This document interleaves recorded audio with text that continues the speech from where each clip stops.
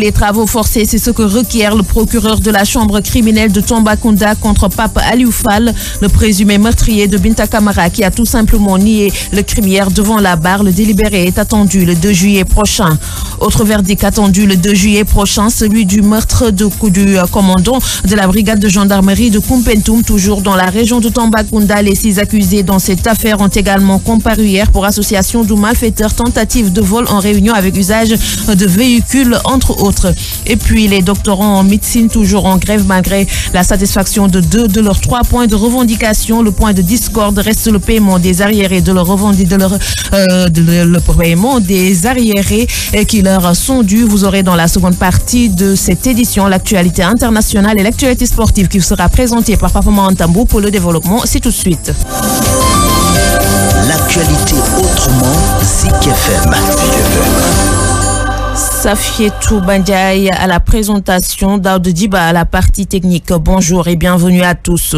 Le procureur près de la chambre criminelle de Tambacounda requiert hier les travaux forcés à perpétuité à l'encontre du présumé meurtrier de Binta Camara. Il demande aussi qu'il soit privé de ses droits civiques. Pour le parquet, il n'y a pas de doute. Pape Aliou Fall a volontairement tué la victime. Les faits, pour rappel, ont eu lieu le 18 mai 2019 au quartier Sarah Guilaine. À l'époque, Pape Aliou Fall, le présumé meurtrier, un proche du père de la victime, géolocalisé par les enquêteurs qui avaient exploité les indices de la scène de crime, avait ensuite été arrêté. Le téléphone de la victime sera retrouvé dissimulé dans un matelas chez lui. Confondu, il affirmera son crime, expliquant aux enquêteurs qu'il a profité de l'absence du vigile du domicile de Binta Camara pour pénétrer dans la maison. Binta Camara sera par la suite retrouvée sans vie, visiblement étranglée. Mais coup de tonnerre hier devant la barre, Pape Aliou Fall a nié le crime. Le délibéré est attendu le 2 juillet prochain. À la même date, verdict d'une autre affaire qui a tenu le pays en haleine sera connu. Il s'agit du meurtre du commandant de la brigade de gendarmerie de Kumpentum, toujours dans la région de Tambacounda. Tamsir Sané avait perdu la vie au cours d'une intervention contre des braqueurs qui s'étaient attaqués à une agence. L'affaire a été jugée jeudi. Le parquet a requis les travaux forcés à perpétuité à l'encontre de Idrissa Diallo, alias Paul Borafet, Kereko Baba, Moussa Diao, Sidi Diallo et 6 mois avec sursis pour Pateba et Khourechi Diallo pour seulement détention illégale d'armes. En tous les 6 ont comparu pour association de malfaiteurs, tentative de vol en réunion avec usage de véhicules, effraction, port et usage d'armes et également violence ayant entraîné la mort et des blessures. La partie civile le réclame 300 millions de francs CFA de dommages et intérêts pour la famille du défunt commandant Tamsir Sané et 15 millions de francs pour chacun des 2 gendarmes blessés. La défense a plaidé la clémence. Restons dans le domaine de la justice avec l'Observatoire national des lieux de privation de liberté qui était ces 4 derniers jours à Saint-Louis. L'équipe de Joseph Marceline Lopez-Gaye a visité des brigades de gendarmerie, des commissaires de police, la maison d'arrêt et de correction ainsi que le centre de prévention pour mineurs. À l'issue de sa tournée, elle a plaidé pour une plus grande considération des détenus, surtout dans ce contexte de pandémie de Covid-19, et pour joindre l'acte à la parole avec l'Observatoire national des lieux de privation de liberté a offert des masques et des produits d'hygiène aux détenus dont siège responsable le siège. Donc, les responsables invitent les bonnes volontés à les soutenir davantage. Josette Marceline Lopez-Ndiaye, observatrice nationale des lieux de privation de liberté, est au micro de notre correspondant Baba Carnian. L'ONLPL doit, quel que soit le contexte, les circonstances exceptionnelles, continuer à veiller au respect des droits et à la dignité des personnes détenues. Toutefois, j'ai décidé dès la survenance des mesures à m'inscrire dans la droite ligne des directives des autorités publiques en suspendant provisoirement mes visites tous les lieux de privation de liberté. Ceci après avoir concilié le caractère impérieux de ces visites et les principes sacro-saints qui doivent guider chacune des actions de l'Observatoire, à savoir le principe de précaution et celui de ne pas nuire. Je profite également de cette occasion pour lancer un appel à tous les partenaires stratégiques, les institutions, les organisations de la société civile, ainsi que les bienfaiteurs, personnes physiques ou morales, à faire un geste à l'endroit des lieux de privation de liberté pour préserver les personnes détenues du virus et améliorer un tant soit peu leurs conditions de vie, déjà fortement éprouvés par leur détention.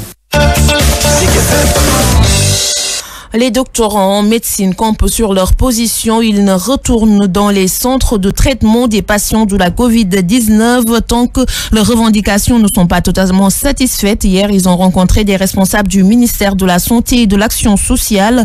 2 des 3 points de leurs revendications sont satisfaites. Il faut le préciser. Le point de discorde reste le paiement des arriérés de leurs prestations. Chérif Aïdara Ndiaye, doctorant en médecine à l'université Cheikh Anta Diop de Dakar et porte-parole du jour que je vous propose d'écouter. Ils nous ont fait savoir qu'actuellement, le ministère ne peut plus prendre en charge le côté financier des médecins qui travaillent dans les centres de traitement. Ils nous ont fait aussi savoir que les attestations que nous réclamons, aujourd'hui, ils sont revenus sur leur décision. Aujourd'hui, ils nous ont fait savoir que vous serez soutenus, vous serez défendus par le ministère de la Santé et de l'hôpital en tant que tel. Donc, le point qui reste, c'est le côté financier, à savoir nos arriérés. Et on est toujours en mouvement, on maintient notre mot d'ordre jusqu'à l'obtention de gain de cause. Parlons à présent de la COVID-19. Jusqu'à la journée d'hier, notre pays était à 6354 cas positifs depuis le début de la pandémie. À 4193 guéris, 98 décès et 2062 patients qui sont encore sous traitement. Le ministre de la Pêche qualifie de faux débat l'affaire des licences de pêche, notamment celles qui seraient attribuées à des navires chinois. Aliou Ndoye martèle que cette affaire est dépassée et les acteurs doivent se mettre au travail. Aliou Ndoye, le ministre de la Pêche, que nous écoutons au micro d'Abdoulaziz Sow. Nous avons fait notre travail et nous continuerons à le faire dans le cadre de la politique et de la mission qui nous est confiée. Pas autre chose. De ce point de vue, je pense que c'est un faux débat aujourd'hui. Il y a des enjeux beaucoup plus importants. Il y avait des décisions à prendre. Nous avons pris les décisions qu'il fallait prendre. Nous attendons d'être confrontés à d'autres réalités pour apprécier. Quand nous disons quelque chose sur quelque chose que nous gérons, je pense que c'est une information capitale. Plus importante que le lambda qui gère ses intérêts personnels, je pense. Et voilà.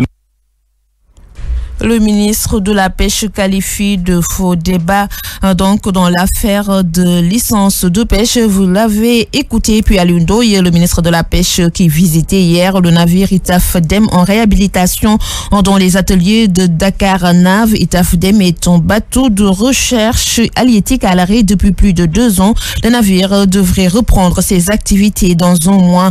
Un compte rendu Abdoulaziz Sow Dabar. Ce navire Itaf Dem permet entre autres l'évaluation des ressources halieutiques du Sénégal. Il est à l'arrêt depuis 2017. Les travaux de rénovation sont en cours pour permettre à ce navire de reprendre ses activités. Il ne devrait plus rester ici plus d'1 mois, sauf erreur. La première campagne indispensable, c'est le mois de septembre. Il faudrait que ce bateau soit en même de pouvoir faire cette campagne. Ce délai pourrait être raccourci si nous arrêtons aux travaux actuellement en cours. La maintenance, l'entretien, la fourniture et l'installation des équipements et matériels, des défis à relever.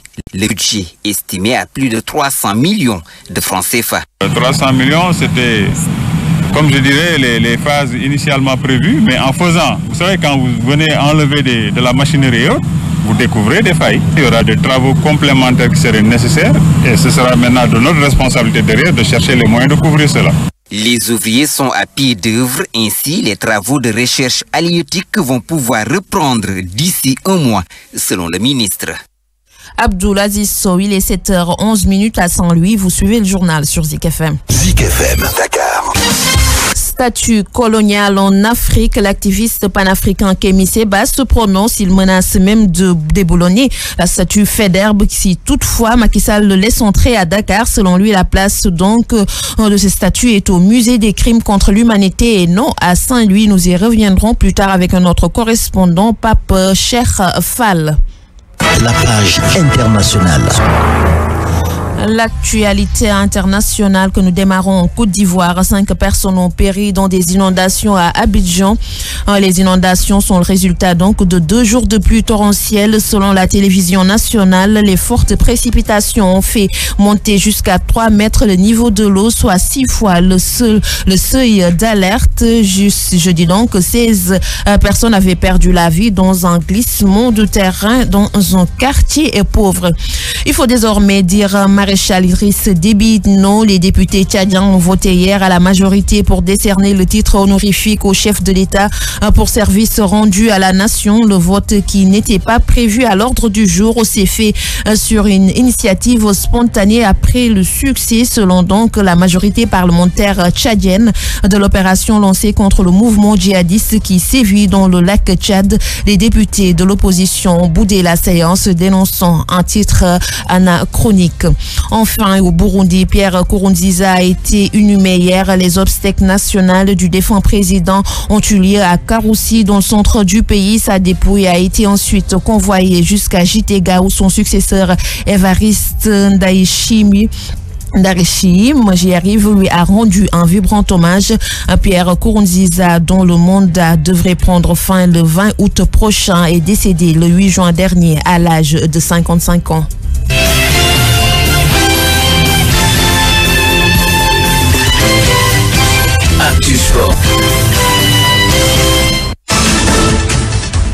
L'actualité sportive, nous attaquons tout de suite Papa Mantambou.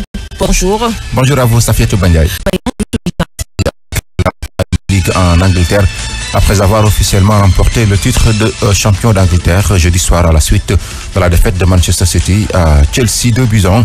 Jürgen Klopp ne veut pas que son équipe s'arrête en si bon chemin. Le technicien allemand souhaite que Liverpool vise et dépasse les 100 points sur une saison de Premier League. Rappelez que Liverpool est devenu le champion le plus précoce de l'histoire du football anglais avec 23 points d'avance à 7 journées de la fin.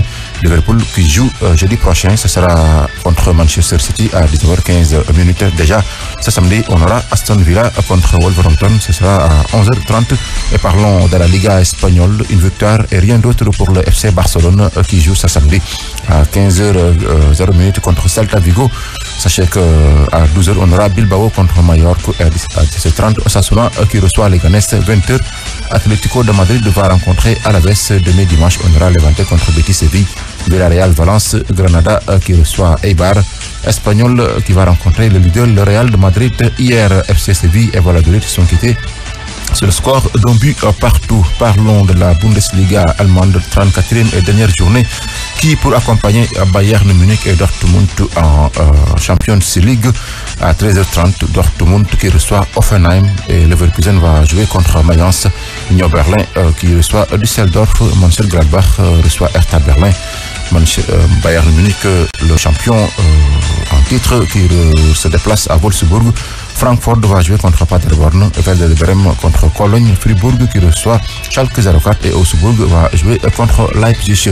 En Italie, la Juventus fait la course en tête après sa victoire hier devant Lecce, 4-0. Sachez que la Juve compte 7 points d'avance devant son poursuivant direct, la Lazio de Rome, qui joue ce soir à 19h45 contre Fiorentina, et à 15h on aura Brescia contre Genoa, et à 17h30 Cagliari qui reçoit Torino. Demain dimanche, AS Milan va rencontrer AS Roma et Udinese Atlanta. Sampdoria contre Bologne, Sassuolo qui reçoit Hellas Vérone, Naples de Kalidou Koulibaly qui joue contre Spal, et à 19h45 on aura Parme contre Inter de Milan. Parlons basketball avec la reprise qui est officialisée le 30 juillet prochain. Oui, la NBPA, le syndicat des joueurs, annonce être tombé d'accord sur un plan de reprise de la saison 2019-2020. Le 30 juillet, qui comprend des mesures sanitaires strictes et des protocoles de prévention. Un site unique au Walt Disney World Resort de Floride, c'est à Orlando, et avec pour but de mettre en place des actions collectives afin de combattre le racisme systémique et faire la promotion d'une justice sociale. Comme prévu, 22 équipes seront conviées à Orlando. Elles disputeront chacune 8 matchs de classement afin de déterminer les 16 équipes qui disputeront les playoffs classiques et qui pourraient s'étirer jusqu'au 13 octobre en cas de match 7 de la finale. Ainsi, si 4 victoires ou moins séparent les deux équipes à l'issue des matchs de classement, elles devront s'affronter au moins une fois. L'équipe la mieux classée serait qualifiée pour les playoffs en cas de victoire, tandis que l'équipe classée 9e aurait besoin d'enchaîner de succès pour participer à la finale. Safiatou Ndiaye, c'en est tout pour cette page de sport. Merci à vous, Papa Antamboup, pour cette page sportive. Il est 7h17 et c'est la fin de cette édition qui vous a été présentée par Safiatou.